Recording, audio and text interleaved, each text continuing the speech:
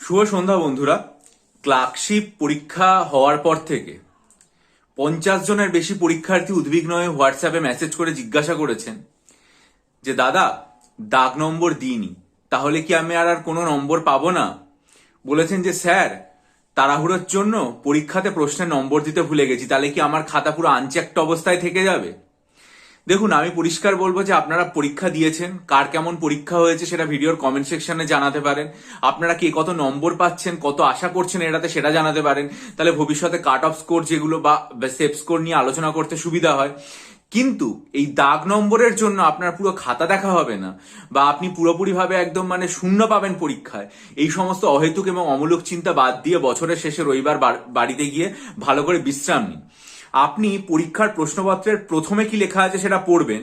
লেখা আছে, if the questions attempted are in excess of the prescribed number, only the questions attempted first up to the prescribed number shall be valued and the remaining ones ignored. অর্থাৎ আপনাকে যদি কোনো একটা জায়গাতে দুটো প্রশ্ন লিখতে বলা হয়, সেখানে যদি আপনি দুটো প্রশ্নের পরিবর্তে তিনটে লেখেন, তাহলে প্রথম দুটো দেখা হবে, বাকিটা আপনার দেখা হবে না। আর একটা, in case of a candidate writes answer to question of group B in the question book answer booklet meant for group A and vice versa, such answer will not be evaluated. অর্থাৎ আপনাকে question booklet B যেটা দেওয়া হয়েছে সেটার উত্তর যদি আপনি question booklet এ তে লেখেন, বা কোশ্চেন এর অ্যান্সার কোশ্চেন বি তে বুকলেট বি তে লেখেন, তাহলে আপনার খাতা দেখা হবে না। এছাড়া আপনার খাতা দেখার কোনো কারণ নেই।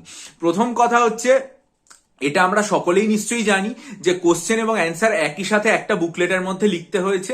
যেখানে প্রশ্নপত্র ওপরে ছিল, তার নিচে ফাঁকা জায়গা ছিল, আপনাকে উত্তর লিখতে হয়েছে। সুতরাং আপনার প্রেসি বা আপনার যে সারমর্ম, অথবা আপনার যে ট্রান্সলেশন বা আপনার যে অনুবাদ, সেগুলো তো যে নম্বরের নিচে অ্যান্সার সেখানেই আপনাকে লিখতে হয়েছে। আলাদা করে কোনো জায়গা আপনার জন্য বরাদ্দ ছিল না, কারণ ওখানে লিখতে আপনি বাধ্য। শুধুমাত্র যে ব্যাপারটা ছিল সেটা হচ্ছে রিপোর্ট রাইটিং বা বাংলায় প্রতিবেদন রাইটিং। বাংলার প্রতিবেদনে ক খ ছিল, আর ইংরেজির যে রিপোর্টটা রয়েছে সেই রিপোর্টের ক্ষেত্রে আপনার যেটা ছিল সেটা হচ্ছে এ আর বি। এবার ধরা যাক আপনি অ্যান্সার লিখেছেন তো একটাই, আপনি তো আর একাধিক অ্যান্সার লিখে নিচে না, আপনি এ বি দুটোই লিখেছেন, সময় নেই আপনার, ফলে আপনি লিখেছেন একটাই। ফলে আপনি যেটা লিখেছেন, পরীক্ষক অন্তত এইটুকু সহমর্মী যে সেটা দেখেই আপনাকে নম্বর দেবে। কোনো অবস্থাতেই আপনি এ লিখে হয়তো সেখানে নাম্বার দেননি, বা সময়ের জন্য নাম্বার দিতে ভুলে গেছেন, তার জন্য আপনাকে শূন্য দেবে, এতটা হৃদয়হীন কখনোই কেউ হবে না। সুতরাং আপনি এই বিষয়টাতে পুরোপুরিভাবে নিশ্চিন্ত থাকুন। আপনি যা লিখে এসছেন সেটার যে কন্টেন্ট, বিষয়বস্তু, সেটার গুণমানের ভিত্তিতে নম্বর দেওয়া হবে। কোনো অবস্থাতেই আপনি নাম্বার দিচ্ছেন কি দেননি তার জন্য আপনার খাতা আনচেকড থাকবে না, নম্বর পাবেন না এমনও হবে না।